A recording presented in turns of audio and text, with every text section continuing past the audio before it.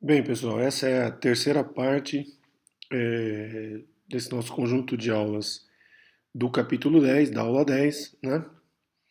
Relacionado ao nosso curso de Física 2 e a introdução à termodinâmica, e na qual será abordado o teorema de Clausius e a construção do conceito de entropia, né?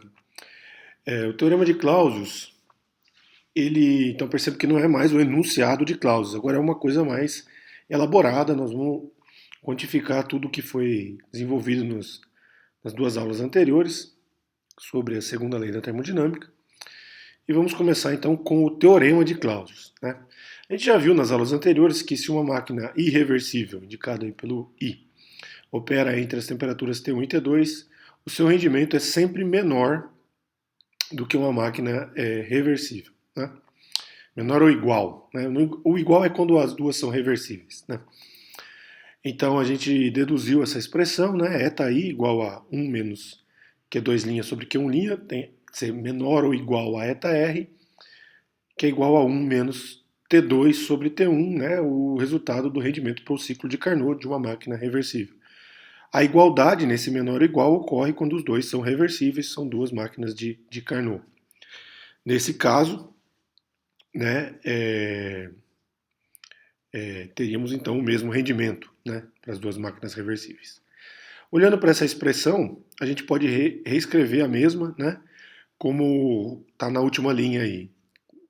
Q2 linha sobre Q1 linha, sempre em módulo, menor ou igual a menos Q2 linha sobre Q1 linha, menor ou igual a menos T2 sobre T1.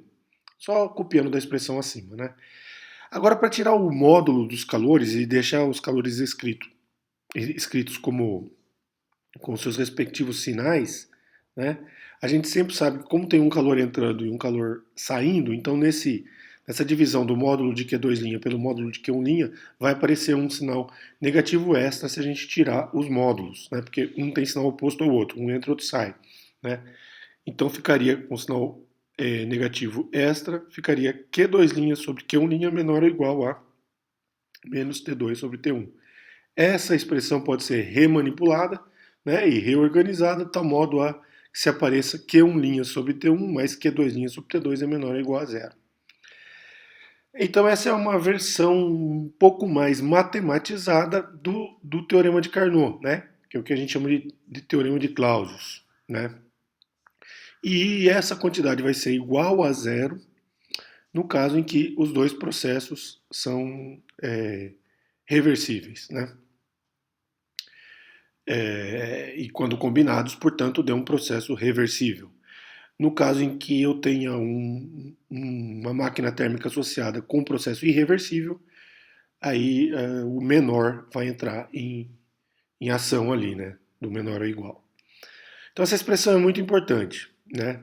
E ele pode ser generalizado para um processo cíclico qualquer, como esse desenhado aí com um elipsoide, uma elipse, um oval, enfim.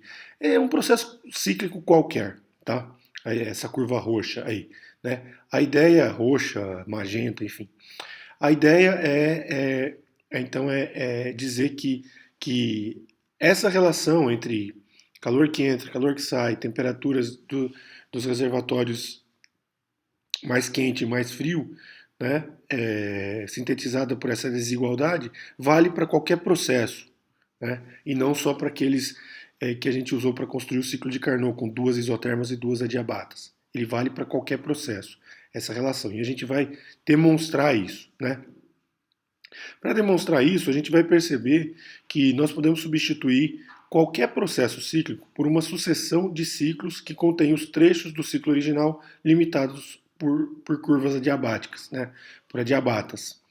Ou seja, para identificar isso, a gente pega um ciclo qualquer, como que tem aí, e fatia ele como se fossem cascas de cebola, aí, enfim, por inúmeras adiabatas, né, que vão nos auxiliar a entender esse, essa, essa redecomposição ou decomposição do ciclo em questão, né? Ao fazermos isso, né, a gente nota, por exemplo, que sempre é possível incluir uma adiabata entre uma sessão e outra do ciclo, né? Por exemplo, notem ali que se a gente descrevesse o trabalho total aí, como o trabalho de 1 até 2, mais o trabalho de 2 até 3, mais o trabalho de 3 até 4, mais o trabalho de 4 até 5, mais o trabalho de 5 até 6, mais o trabalho de 6 até 1, né? Onde eu introduzi esses pontinhos pretos aí só como pontinhos auxiliares, só para fechar o ciclo, né? Se a gente fizer 1, 2, 3, 4, 5, 6, 1, a gente fecha o ciclo. Estou falando na curva roxa, né? Sem introduzir as adiabatas, na curva roxa. Então é o ciclo fechado. Aí a gente pode incluir, por exemplo, a curva 2,5, né? A adiabata 2,5 e dividir em dois conjuntos, né? O conjunto 2, 3, 4, 5, 2 e o conjunto 1, 2, 5, 6, 1, né? Então, primeiro escrevi ali, ó, 1, 2, 2, 5, 5, 6, 6, 1, e em seguida escrevi 2, 3, 3, 4, 4, 5 e 2, 5, né? O 2, 5 com sinal trocado, porque na verdade ele é o 5, 2, né? Então lembrem-se que a gente inverte os índices quando a gente está invertendo o sentido da curva, quando a gente está calculando o trabalho. Então a gente poderia calcular o trabalho, e a gente fez isso só introduzindo uma adiabata, a 2, 5. A gente pode introduzir um monte e fatiar isso daí em uma série de conjuntos, né, de duas adiabatas e duas curvinhas roxas. Duas adiabatas e duas curvinhas roxas. Duas adiabatas e duas curvinhas roxas. Né? E vamos ter que calcular a área de todas elas e vamos ter a área total do ciclo. Né? A gente vai ter que fazer apenas um pequeno ajuste. Por quê? Porque as curvinhas roxas a gente ainda não sabe o que é. Né? Então a gente conseguiu introduzir a diabatas, mas a gente continua com os pedacinhos das curvinhas roxas. Mas a gente vai tratar desses pedacinhos das curvinhas roxas, porque a ideia é tratar de um ciclo qualquer, né? Então vamos olhar os pedacinhos das curvinhas roxas, como a gente pode tratar cada um deles. Ó, eu peguei um pedacinho da curvinha roxa aí, né? Chamei de I até F, esse pedacinho, né? De um ponto I até um ponto F, né? E estou introduzindo aí uma isoterma auxiliar em vermelho, que vai do ponto, enfim, que ela está em vermelho, né? Aí eu noto o seguinte, né? Ó, como eu já tinha introduzido as adiabatas, né? O que eu vou verificar aqui é que qualquer trecho, né? Então em roxo aí da curva original pode ser trocado, né? Por uma composição com as adiabatas que já estavam em verde e com esse pedaço de isoterma aí, né? Então, na verdade, a gente vai acabar trocando, né, as partezinhas em roxa por algo desse tipo aqui, né, por isotermazinhas. Vai ficar como se fosse um zigue-zague. E a gente vai para o limite infinitesimal daí que o cálculo admite. Mas antes de ir para esse limite infinitesimal, vamos ver que ele admite mesmo essa troca, olhando as propriedades que nos interessam aqui dessa troca, né? Então, notem, por exemplo, que a gente vai escolher as adiabatas, né, tal que o trabalho de I até F, né, então é a área que está embaixo da curvinha roxa, né, então vocês olham a curvinha roxa, a área embaixo forma uma espécie de um trapéziozinho, né, ela tem que ser igual à área que, em teoria, fica embaixo do caminho IABF, né? Então, assim, os pontos iniciais e finais serão os mesmos. Só que ao invés de irmos diretamente de I até F, vamos primeiro de I até A pela adiabata, depois de A até B pela isoterma e depois de B até F pela outra adiabata. A ideia é manter o I e o F iguais, porque ao mantermos o I e o F iguais, né, os extremos iguais, a gente garante que a variação de energia interna por um caminho ou pelo outro é a mesma. Então, a gente garante essa propriedade, porque a gente sabe que a energia interna, a variação de energia interna só depende dos pontos inicial e final. Então a gente troca o caminho roxo IF pelo caminho verde, vermelho, verde, ou seja, IA verde, AB vermelho, BF verde. IA adiabata, AB isoterma, BF adiabata. Notem que então a variação da energia interna é a mesma, né? E a gente escolheu o caminho tal que o trabalho seja o mesmo, né? A área embaixo de IF roxo seja igual à área embaixo de IAABBF. Então garantimos as duas coisas. Ora, se garantimos que a variação da energia interna é a mesma e garantimos que o trabalho é o mesmo, a gente vai garantir que o calor, pela primeira lei da termodinâmica, né, du igual a dq menos dw, que o calor trocado nesse processo é o mesmo também. Então, ΔQ IF vai ser igual a ΔQ IA mais ΔQ AB mais ΔQ BF, onde sabemos que o ΔQ IA e o ΔQ BF ocorrem em adiabatas, portanto são nulos. Então o ΔQ IF é igual ao ΔQ AB. Ou seja, a gente percebe que a troca de calor nesse trecho roxo, que a gente desconhecia, eu não sabia como quantificar, nada mais é do que uma troca de calor em uma isoterma, que é o processo ΔQ AB, né? É o trajeto AB. Então, a gente pode trocar isso por uma descrição em termos de isotermazinhas, né? Então, qualquer processo cíclico pode ser operado se conseguimos trocar todas as partezinhas roxas por partezinhas vermelhas, ou seja, todas as partezinhas desconhecidas por isotermas, vamos ter uma composição de uma soma de infinitésimos de ciclos de Carnot, né? Se fazemos essas adiabatas tenderem a ficarem próximas umas às outras no limite infinitesimal, né? A gente vai ter então uma junção de ciclos de Carnot, cada qual com os ΔQs dividido pelas temperaturas, né? Para cada um desses ciclos, e no limite infinitesimal isso vira uma integral ao longo do caminho todo, né? Então a gente estaria reduzindo, né, cada um desses ΔQ AB para ΔQs ABs bem pequenininhos, que viram DQs ABs, né? E a gente somaria sobre todos eles, no caso em que quiséssemos identificar algo como isso aqui, né? Aqui está para um ciclo de Carnot, mas a gente faria para uma junção de infinitesimais ciclos de Carnot, né? Então, essa quantidade ΔQ sobre T, ela passa a ganhar cada vez mais importância nessa nossa discussão aqui, né? É por isso que ela merece ter um nome, né? E, e, e a gente vai ver que o nome a ser dado para essa quantidade dQdt, né, é ds, é uma variação infinitesimal do que a gente chama de entropia, né? É importante notar que nessa composição, nessa soma, né, ao longo de todo o ciclo, percebam que nós vamos ter pedaços em que temos calor entrando e pedaços que vamos ter calor saindo.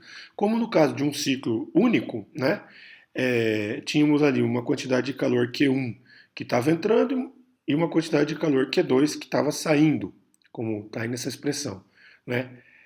O sinal vai ser dependente do Q1 e do Q2, né? Não está em módulo aí, né? Lembra que a gente tirou o módulo fora, né?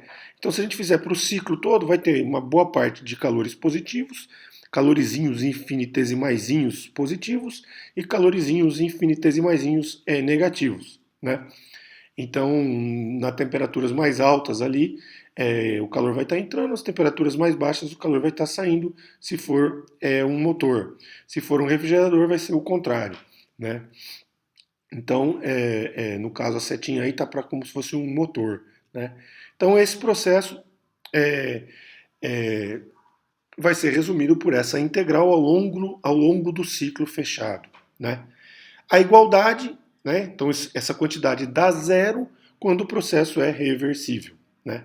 Sempre que eu tiver um processo reversível, como a gente já concluiu, essa quantidade vai ser igual a zero. Aí é aí que a ideia de entropia passa a ser significativa, e é um dos resultados mais bonitos que a gente vai ter desenvolvido nesse curso, né? É que vamos imaginar então que a gente vai de um ponto I até um ponto F, né? E depois volta do ponto F até o ponto I, né? A gente vai pelo caminho 1 e volta pelo caminho 2, né? Num ciclo fechado, né? Então a gente vai calcular essa integral. Lá a gente vai de I até F, depois de F até I, né? Soma os dois pedaços, né? Só que o que vai de F até I, né? Está no sentido contrário, a gente pode inverter o sinal, fazer ele também ir de I até F e botar um sinal de menos, como eu faço na segunda linha dessas passagens aí, né? E aí, se o processo é reversível, o que eu estou dizendo? Eu passo o que tem sinal de menos para o lado de lá do zero, né? E fico com integral pelo caminho 1 de I até F é igual a integral pelo caminho 2 de I até F. Integral do quê? De dq sobre t. Ou seja, essa quantidade, num processo reversível, ela não depende do caminho. Se eu for pelo caminho 1, se eu for pelo caminho 2, ou se eu tivesse inventado um outro caminho 2, né? Num processo reversível, essas duas coisas seriam iguais. Ou seja, essa quantidade não depende do caminho. Por isso eu posso dar um nome para ela, eu dou o nome de S, né? S final menos S inicial, ou seja, só depende do ponto I e do ponto F, né? SF e SI. Né? Então, ela não depende do caminho num processo reversível. E isso é que é interessante. Tem a similaridade e a diferença em relação à energia interna. A energia interna também não depende do caminho, mas ela não depende do caminho para qualquer coisa. Já essa quantidade, que é o dq sobre t, que a gente chama de ds, né? Por isso que dá S a integral, porque eu estou integrando ds, dá um S final menos um S inicial. Essa quantidade, ela não depende do caminho também, se o processo é reversível. Então tem esse adendo. Se o processo é irreversível, o que era uma igualdade a zero não é mais uma igualdade, é uma desigualdade. Porque é menor ou igual.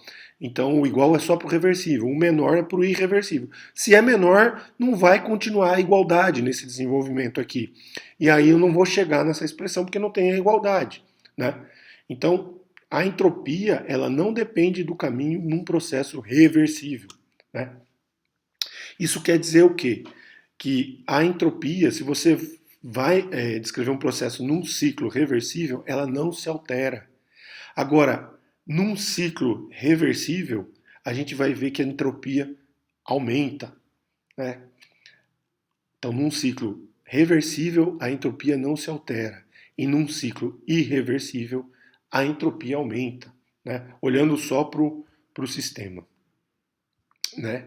Então, essa é uma quantidade muito importante. E é por isso que a gente vai designar ela por essa expressão, né? E nos processos reversíveis ela acompanha aquela ideia da energia interna. Ela só depende dos pontos, né? No diagrama PVT. Né? Se eu tiver uma equação de estado que vincula PVT, ela só vai depender de dois desses pontos. Né? E melhor, ela permite que eu calcule o calor. Ó, se eu passar o T multiplicando o ds, né, nesses processos eu consigo identificar dq igual a TdS. Então isso dá uma nova roupagem para a primeira lei da termodinâmica. Né? O dq vira um TdS. E aí é que a gente vai poder fazer um monte de conta. Né? Numa transformação reversível e adiabática, por exemplo, o dq é zero. Então naturalmente o ds é zero. Então a entropia inicial igual a entropia final. Numa transição de fase, né, por exemplo, eu posso ter situação em que não tem variação de temperatura. Né? Então o dq sobre t, se eu quiser integrar, eu posso pôr t para fora. Então essa integral fica simples de fazer, vai dar um delta q sobre t. Né? O t é constante na transição de fase. Quando mudança de estado físico, por exemplo, né? Condensação, solidificação, vaporização e desculpa, condensação, vaporização, solidificação e fusão. Né? Então, A gente sabe calcular o calor nesses casos, né? Podemos calcular rapidamente a entropia. Tá? Vou falar mais sobre esses cálculos. Entretanto, percebam o poder desta relação, né? Sobretudo desta relação. Ela permite distinguir processos reversíveis de processos irreversíveis em função de uma nova variável, que é a entropia, né? Então isso que eu acho muito interessante e poderoso aqui na construção da segunda lei da termodinâmica, né? Usar um quantificador para identificar é, é, aquilo que a gente introduziu lá na primeira dessas três aulas, né? Processos irreversíveis, né, e processos reversíveis, né? Então,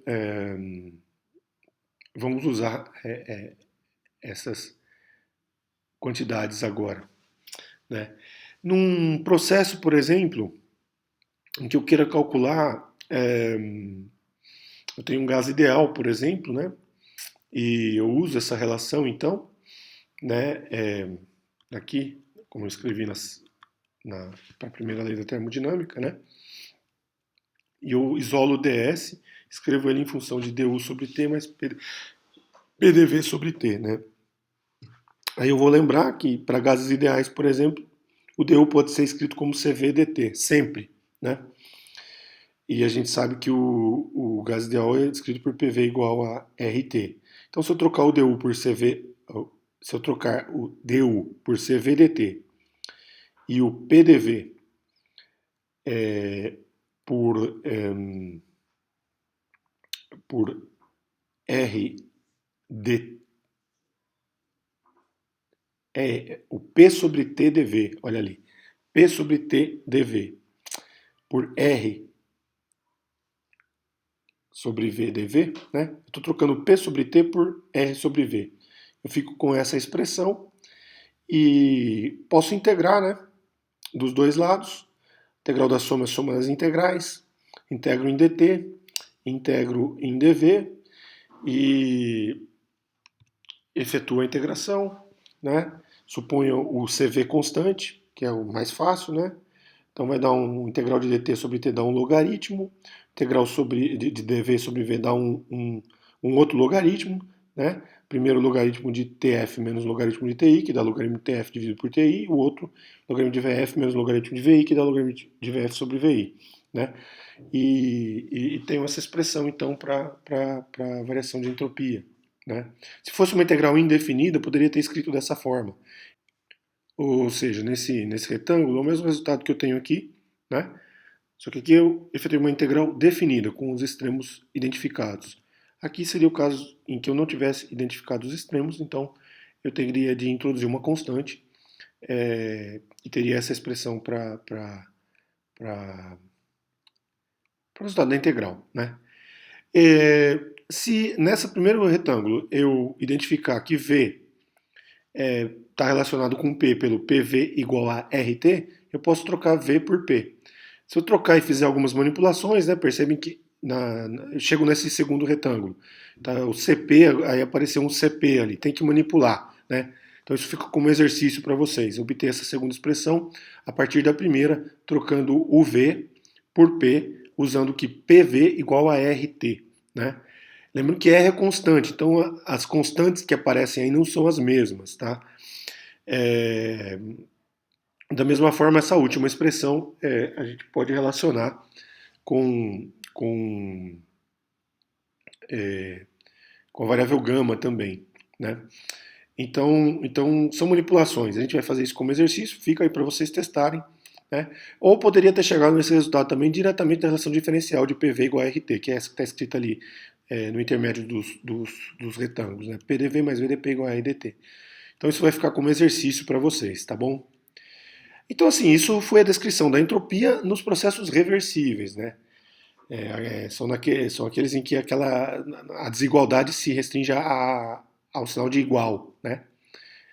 Entretanto, a gente tem também que analisar os processos irreversíveis, né? Quando é possível quantificar a variação de entropia, ela depende apenas do ponto inicial e final.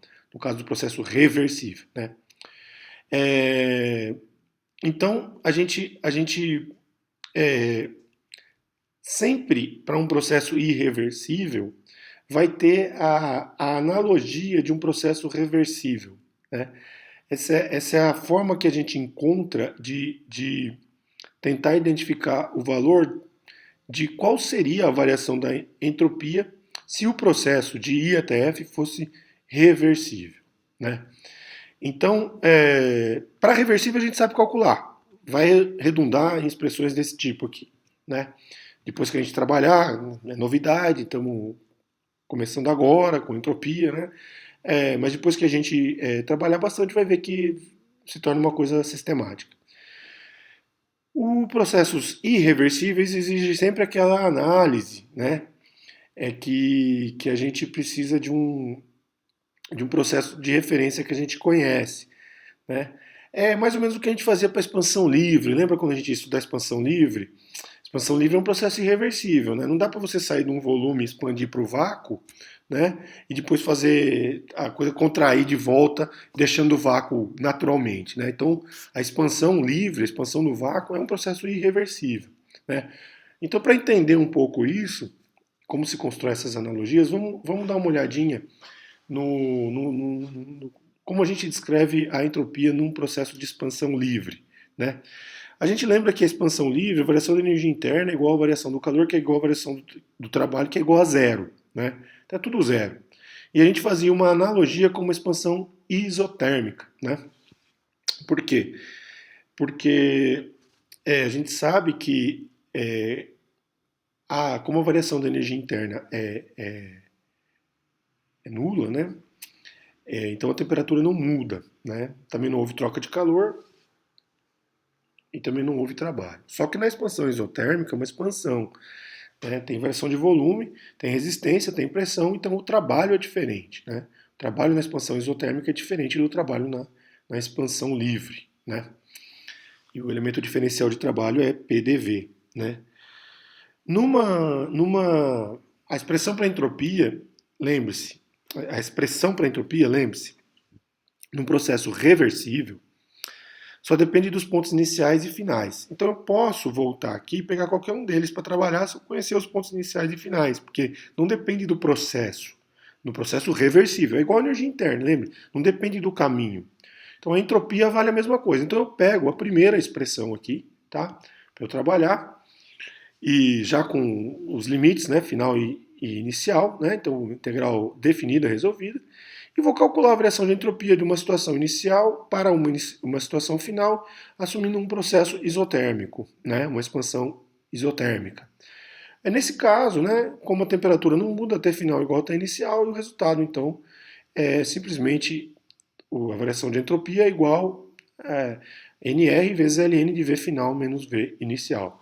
Isso seria a variação de entropia caso eu tivesse um processo reversível, né? No caso de um processo irreversível, né? O que é que vai acontecer? O que, que eu tenho que analisar? Eu tenho que olhar para essa minha expressão aqui, ó, que vale sempre, né? É do teorema de Clausius, né? Já na forma infinitesimal, e olhar para o meu ciclo fechado, né? Onde eu compus aí de I até F, né? Pelo I de F até I, pelo irreversível e pelo reversível, né? O reversível eu sei calcular, né? O que eu não sei é o irreversível. Mas aí eu decomponho, então, essa minha integral de I até F pelo irreversível, que é o que eu quero achar, né? E de F até I pelo reversível. I até F pelo irreversível e F até I pelo reversível, né? Foi o que eu fiz nessa decomposição. Aí eu troco o sinal do reversível, né? Então eu troco, ao trocar o sinal, eu estou invertendo I com F, né? E lembro, né, que tudo isso tem que ser menor ou igual a 1, a zero, né? Tudo isso tem que ser menor ou igual a zero. Bom, a do reversível eu sei calcular. E é sempre assim, né? A do reversível eu sei calcular e é sempre assim. O que está no retângulo vermelho. Então eu posso pôr esse resultado ali. A conclusão que eu chego é no último retângulo aí, ao substituir o primeiro na equação de baixo, eu chego nessa expressão, ou seja, pelo caminho irreversível, né, eu tenho essa expressão em forma de desigualdade, né? O SF menos SI é o que eu sei calcular pelo caminho reversível, e a integral de I até F pelo caminho irreversível está relacionado com o que eu sei calcular pelo caminho reversível por uma desigualdade. De tal modo que eu posso reescrever isso, reorganizando os termos, passando a integral para o lado direito, trocando o sinal, fico com ΔSR do reversível, que é SF menos SI, maior ou igual àquilo que seria o resultado para o ΔSI do irreversível, ou seja, a variação de entropia do caminho irreversível. Né? O maior ou igual, de novo, é igual quando? Quando os dois caminhos são reversíveis. Então, se os dois caminhos são reversíveis, eu tenho ΔSR igual a ΔSI, ΔSR menos ΔSI igual a zero, o ΔS total no ciclo fechado seria zero. Né? Agora, quando né, esse é o caso em que eu troco o caminho reversível por um irreversível e fico com tudo reversível. Né? Agora, mantendo a nossa análise, né, vale a desigualdade, e valendo a desigualdade, eu tenho que ΔSR é maior ou igual a ΔSI. Portanto, o ΔS total, né, você passa o ΔSI para o lado de esquerdo da desigualdade, você fica com ΔSR menos ΔSI, que é maior que zero. Então, o ΔS total dá um valor maior que zero, ou seja, esse é o princípio do aumento da entropia. Né? A expressão geral seria ΔS total num processo é maior ou igual a zero. É igual a zero quando? Quando o processo é reversível. Quando o processo é irreversível, o ΔS total será maior que zero. A entropia aumenta.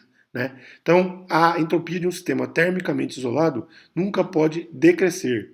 Não se altera quando o processo é reversível, mas aumenta quando o processo é irreversível.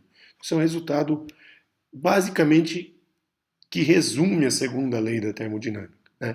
Muitas vezes a pessoa diz: você já ouviu falar da segunda lei da termodinâmica? Ah, sim, é o princípio do aumento da entropia.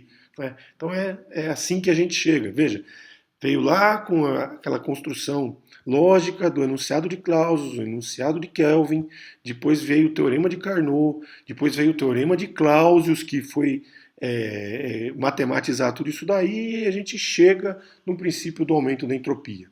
Né? Esse é o resultado mais importante do nosso curso. Um resultado muito importante, que é resumido por essa expressão, né? Por esse conjunto de expressões. Associado a isso, a gente pode, por exemplo, estudar algo que a gente denomina de degradação de energia. Né?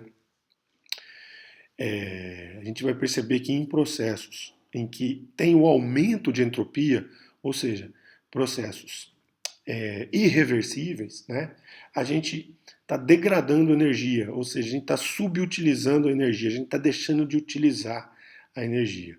Vou mostrar para vocês como isso acontece. Né?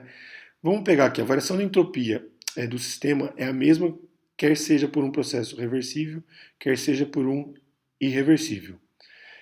Qual a vantagem de se usar um processo ou outro? Então, esse é um probleminha. Vamos supor que a gente tenha uma situação em que a gente tenha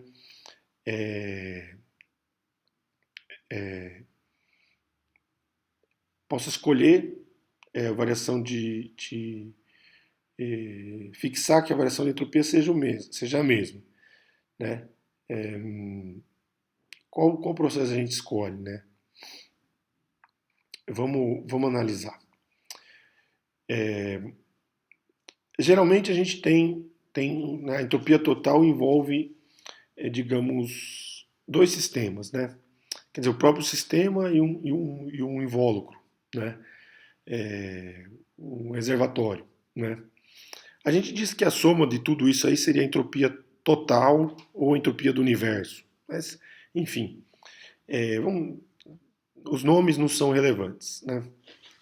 Aí, então, vamos considerar um processo em que vai de um ponto inicial a um ponto final, num diagrama PV, e seja um processo isotérmico. Né? variação de energia interna igual a zero. Tá? Seja um gás expandindo, né? Então, processo isotérmico, a gente consegue calcular o trabalho, consegue calcular o calor, né? Trabalho igual ao calor, porque a variação de energia interna é zero, né? E é um processo reversível, então a gente assume que a variação total da energia, da entropia, vai ser zero, né? Seja a entropia do gás que se expandiu, seja a entropia do reservatório, do invólucro, do ambiente, enfim, né? É, Agora, vamos imaginar um processo em que seja irreversível. O mesmo processo por meio da expansão livre, né? Ilustrado aqui mais ou menos por algo desse tipo, né? Nesse caso, percebam, o reservatório, o invólucro está,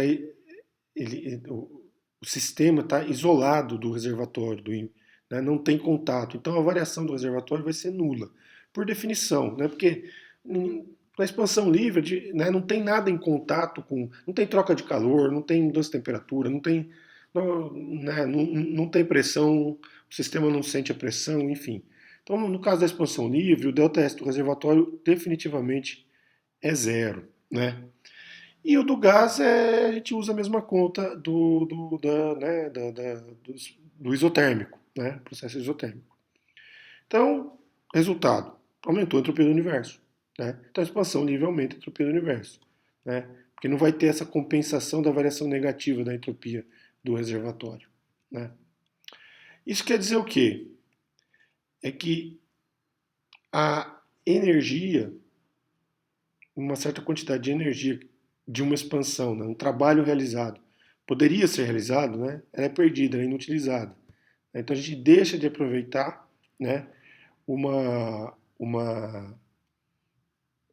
quantidade de energia para a realização de trabalho. Tem um subaproveitamento, né?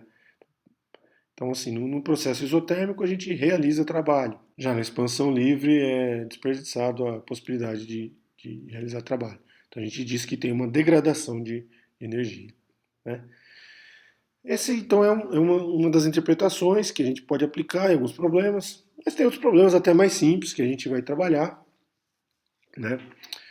Um deles, por exemplo, é esse aqui, muda o contexto agora para sólidos, né? Dois blocos de cobre de massa 1,5 kg são postos a temperaturas 60 e 20 graus, respectivamente, em ambientes isolados. Em princípio, eles não têm contato térmico, e colocados em contato térmico haverá o equilíbrio a 40 graus Celsius. Qual a mudança de entropia do sistema, sabendo-se que o calor específico do cobre é 386 joules por quilograma Kelvin? Então a gente isolou esse sistema, né? E quer calcular a variação da entropia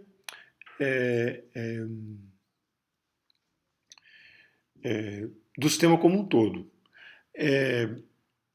Dá para perceber que é um processo irreversível, né, gente? A gente não vai partir da configuração TF-TF e chegar na configuração TIL-TIR. Ou seja, a gente não vai partir do verdinho e conseguir chegar no azul e laranja aí,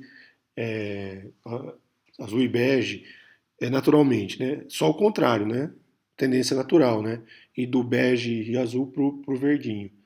Então é natural que se eu calcular a variação de entropia do bege e do azul, ou seja, dos dois pedaços de cobre, né? Eu naturalmente vou obter que a variação de entropia vai ser maior que zero, porque é um processo irreversível. E dá para calcular, né? A gente faz para um e para outro. Como? Realizando a conta nos dois processos. A gente consegue escrever os dois processos, né? De IATF, né? Para um bloco de cobre e de IATF para o outro bloco de cobre, né? Left e right estou usando aqui, né? O esquerda e direita, né? Tanto em um quanto em outro, o MCDT, o DQ é igual a MCDT, né? O MC são constantes, coloco para fora, o DQ então vai dar lugar ao MCDT, fica uma integral de dt sobre t que dá ln de t sobre ln de t, que é do inicial até o final.